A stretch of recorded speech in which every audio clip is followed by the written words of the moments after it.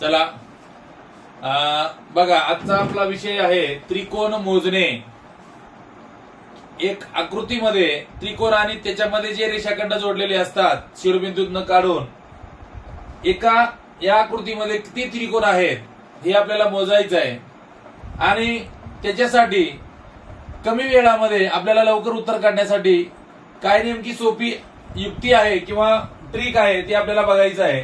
तर या आकृतीमध्ये एकूण किती त्रिकोण आहेत असा प्रश्न परीक्षेमध्ये विचारला जाऊ शकतो आणि त्याच्यामुळं आपल्याला 1 2 3 4 5 6 असं मोजत न बसता तर आपल्याला एकदम कमी वेळेमध्ये आपल्याला उत्तर द्यायचंय। आणि त्याच्यासाठी आपण या ठिकाणी डायरेक्ट प्रत्येक त्रिकोणाला जो 1 नंबर 2 3 आणि 4 असं जर दिलं आणि या सगळ्यांची बेरीज जर केली 1 अधिक 2 अधिक 3 अधिक 4 या सगळ्यांची बेरीज येते 10 आणि म्हणून या आकृतीमध्ये आपल्याला सगळे त्रिकोण मिळून 10 सापडतात किंवा 10 त्या त्रिकोण त्या आकृतीमध्ये असतात।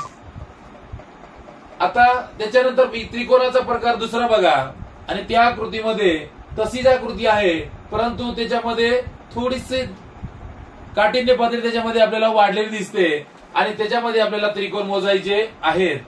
तर त्याच्यामध्ये सरळ सरळ नाही तर या ठिकाणी एकच पाया आहे तर या ठिकाणी पाया 3 आहेत बघा। एक इथं या त्रिकोणाचा पाया 1 आणि या त्रिकोणाचा पाया 1 आणि त्याच्यासाठी आपल्याला जर ते कमी वेळामध्ये उत्तर काढायचं असेल तर बघा प्रत्येक पायावर नंबर आपल्याला दिला पाहिजे 1 2 3 आणि 4।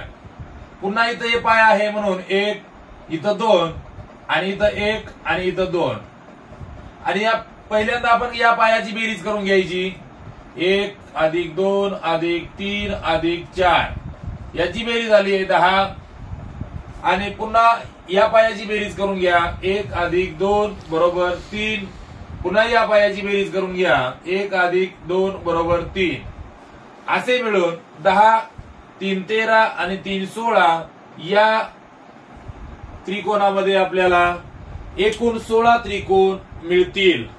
तर आता बघूया जो पुढचा त्रिकोण आहे याच्यामध्ये किती त्रिकोण मिळतील ते तुम्ही सांगा। चला धन्यवाद।